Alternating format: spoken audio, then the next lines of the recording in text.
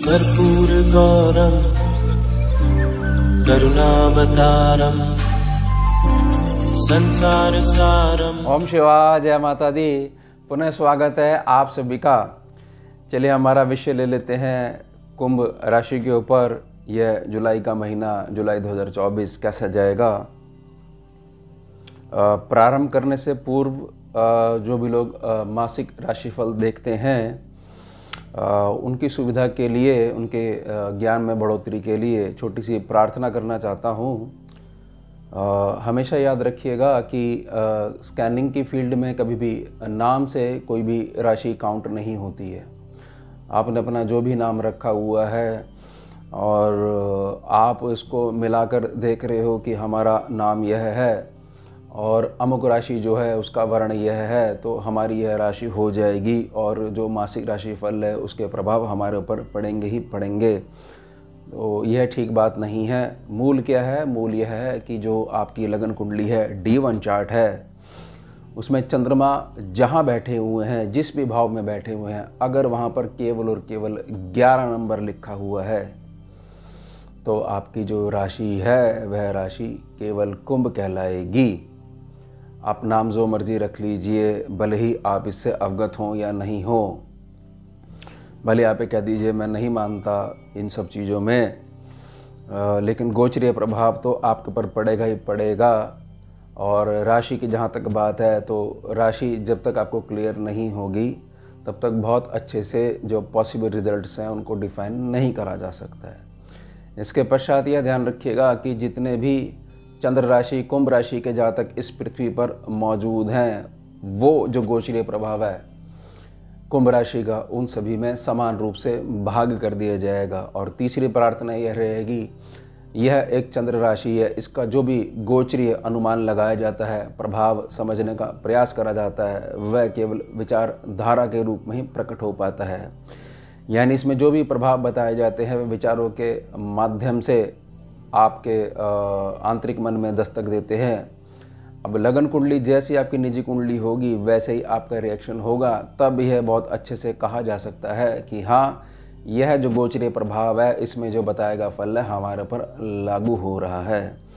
प्रार्थना यही रहेगी कि बहुत अच्छे से अगर सारी बातें क्लियर करना चाहते हो तो जो आपकी निजी कुंडली है उसकी स्कैनिंग के पैनल पे उसको डालना बहुत ज़्यादा आवश्यक हो जाता है। जब तक निजी कुंडली की पहुंच हमारे पास नहीं है तब तक जो गोचरीय प्रभाव है वह सभी कुंभ राशि के जातकों पर लागू हो रहा है, लेकिन जो आपकी निजी कुंडली है, निजी लगन कुंडली है या और डिविजनल जो चार्ट्स हैं, वह केवल और केवल आपके ऊपर ही मुख्य रूप से लागू होते हैं। ध्यान रखिएगा, मैंने बिल्कुल भी आपको भ्रम में नहीं डाला है, कोई भी मीठी बात नहीं कही है, जो सीधा मार्ग है वह समझाया है। अब प्रारंभ करते हैं अपने विषय को और मूल समझ लीजिए कि ये जो महीना है इसका मूल क्या निकल के आएगा। बहुत सारे चेंजेस तो हर महीने होते ही हैं, लेकिन यह है जो महीना है इसमें यह कहा जा सकता है कि कर्जों से मुक्ति का समय आ गया है। अब समझते हैं इसको कैसे। अब ये कुंडली देखिए, इस कुंडली में जो पहला जो भाव है वहाँ पर जो शनि बैठे हुए हैं, शनि के साथ वी लगा हुआ है, यानी जून के एंड में शनि वक्री हो जाएंगे और 139 दिनों के लिए यानी 15 नवंबर तक वक्री बने रहेंगे।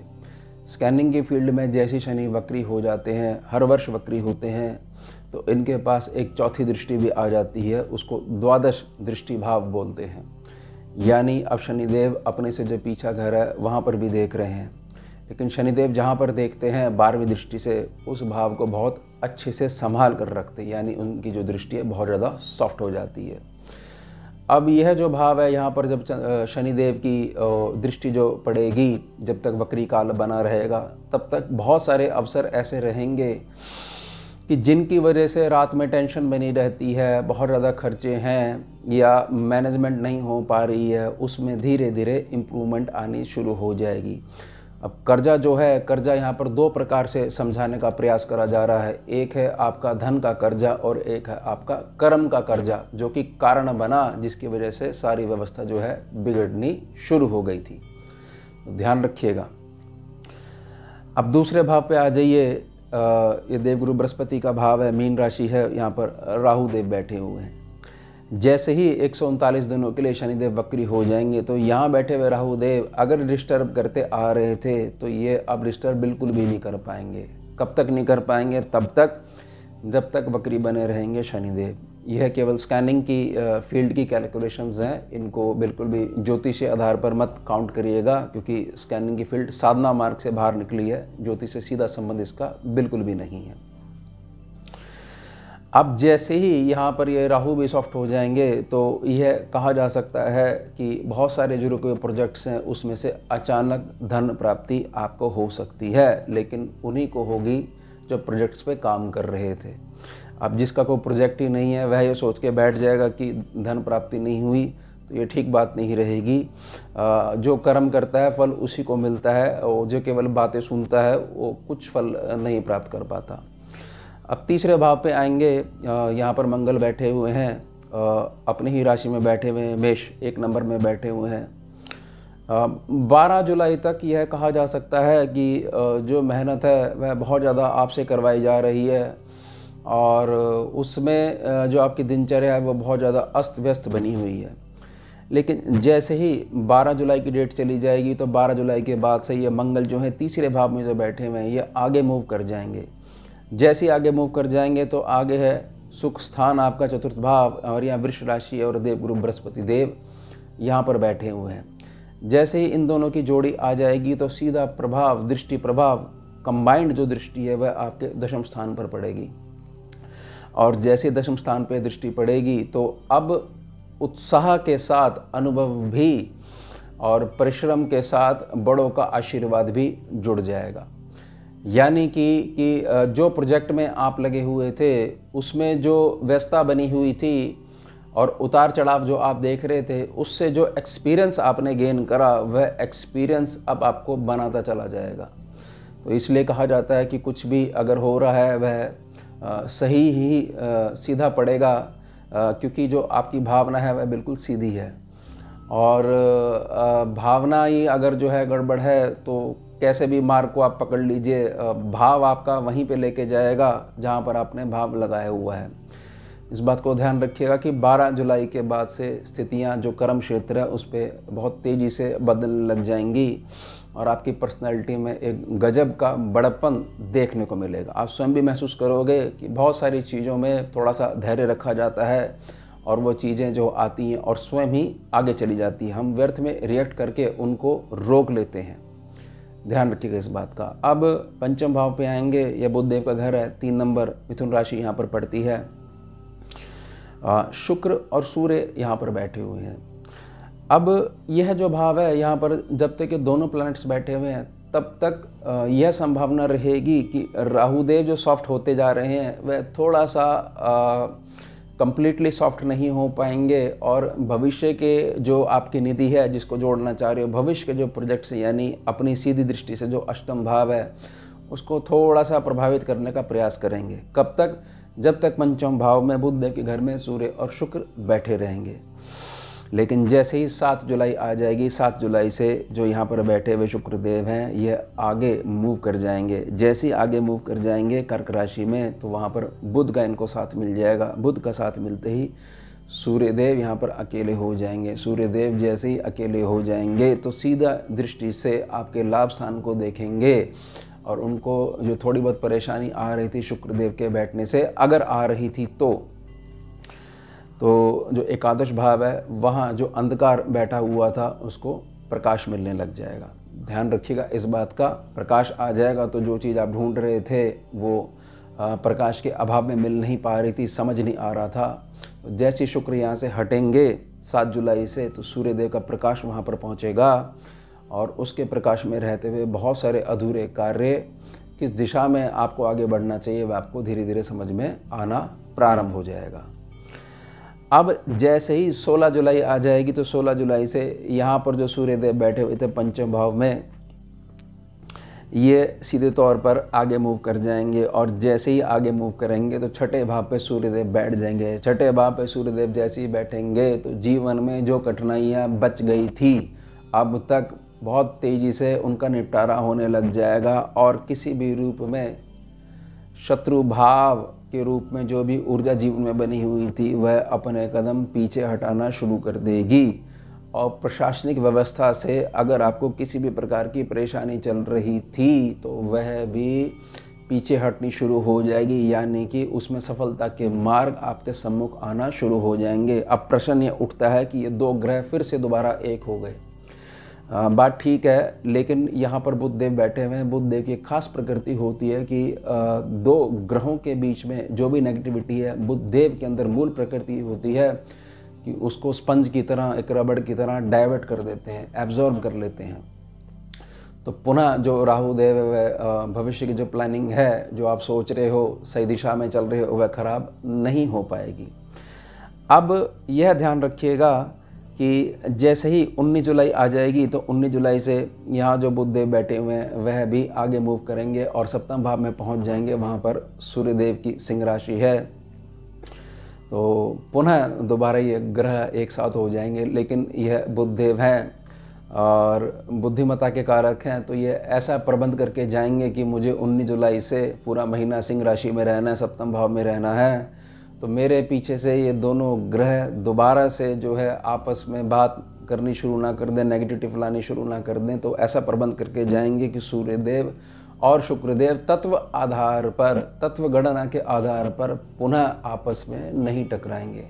तो ध्यान रखिएगा, यानी कि मूल यह रहेगा कि जैसे ही 7 जुलाई जो आ जाएगी, धीरे धीरे आपकी जो स्थिति है वह बदलनी शुरू हो जाएंगी और जो मूल बताया गया कर्जों से मुक्ति का समय आ गया है, ऐसी संभावना बननी शुरू हो जाएगी केवल गोचरीय आधार पर। अब यह तो आपकी निजी कुंडली क्या कहती है, जब तक उसको स्कैनिंग के पैनल पे नहीं डाला जाएगा तो पूर्ण स्पष्टता नहीं आ पाएगी।